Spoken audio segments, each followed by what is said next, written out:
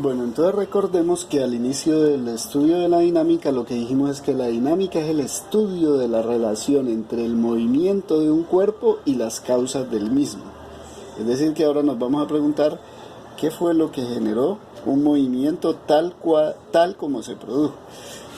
Entonces, vamos a estudiar primero sistemas como les había dicho, sistemas con masa constante, o sea que la fuerza neta es igual a masa por aceleración. Entonces vamos a decir qué es fuerza neta. La fuerza neta es la fuerza resultante de todas las fuerzas que están actuando sobre el cuerpo. Supongamos que tenemos un cuerpo aquí y alguien lo está jalando con una fuerza F1 hacia acá y otra persona lo está jalando con una fuerza de F2 hacia acá. Entonces, ¿cómo hacemos para saber hacia dónde se va a mover? Pues simplemente hacemos la suma vectorial de estas dos fuerzas. Esa suma nos va a dar, haciendo la regla del paralelogramo, como vimos al principio del curso, me va a dar sobre la diagonal entre estas dos fuerzas, ¿verdad? Entonces, ¿qué significa? Que el cuerpo se va a mover a lo largo de esta línea, en el caso de la aplicación de esas dos fuerzas. Ahí estoy asumiendo también que esas fuerzas que se están aplicando son fuerzas constantes, ¿no?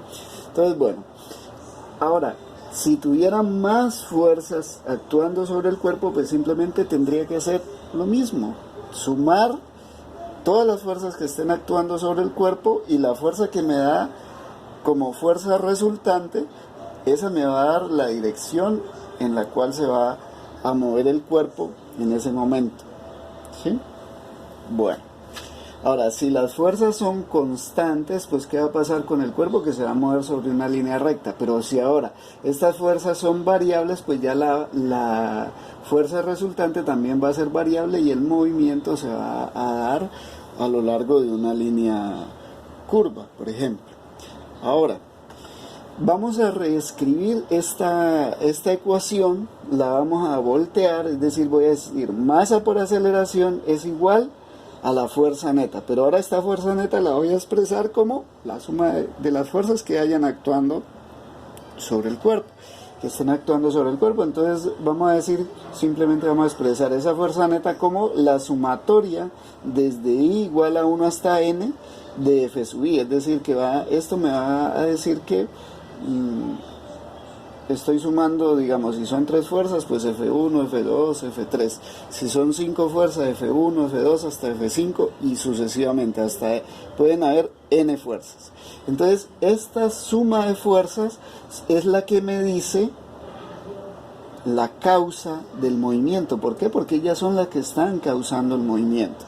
Y ahora, del otro lado de la ecuación, ¿qué es lo que me va a decir esta parte de la ecuación? Me va a decir cuál es el movimiento del cuerpo. ¿Y por qué me va a decir eso?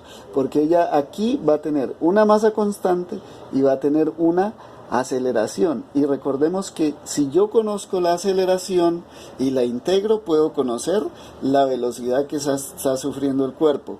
Y si esa velocidad la integro, voy a conocer la posición del cuerpo en función del tiempo. Es decir, que si yo puedo llegar a conocer la aceleración, yo voy a saber cómo se va a mover el cuerpo, porque voy a conocer aceleración, velocidad y posición en tiempos diferentes cualquiera, utilizando las reglas del cálculo diferencial e integral.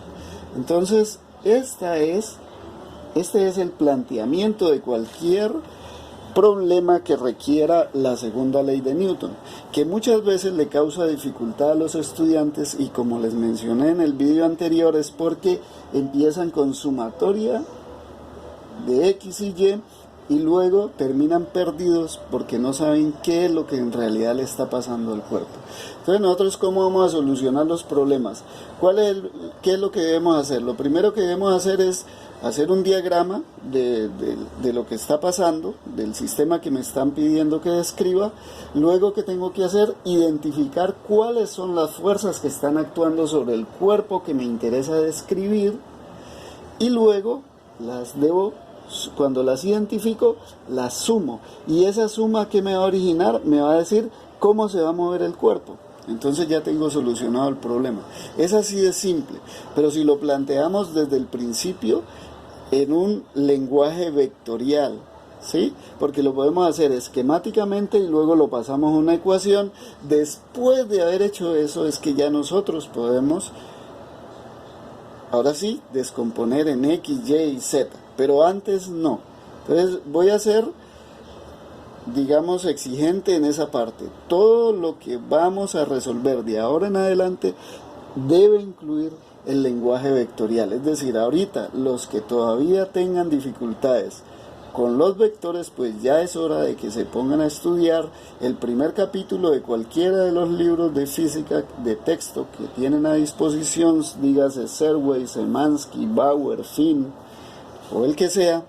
En el primer capítulo por lo general van a describir la parte del manejo vectorial, que también la vimos, pero digamos, si algunos todavía tienen dificultades con ello, pues ya es hora de que se pongan a estudiar por su cuenta. ¿Por qué? Porque vamos a estar utilizando a menudo este tipo de lenguaje.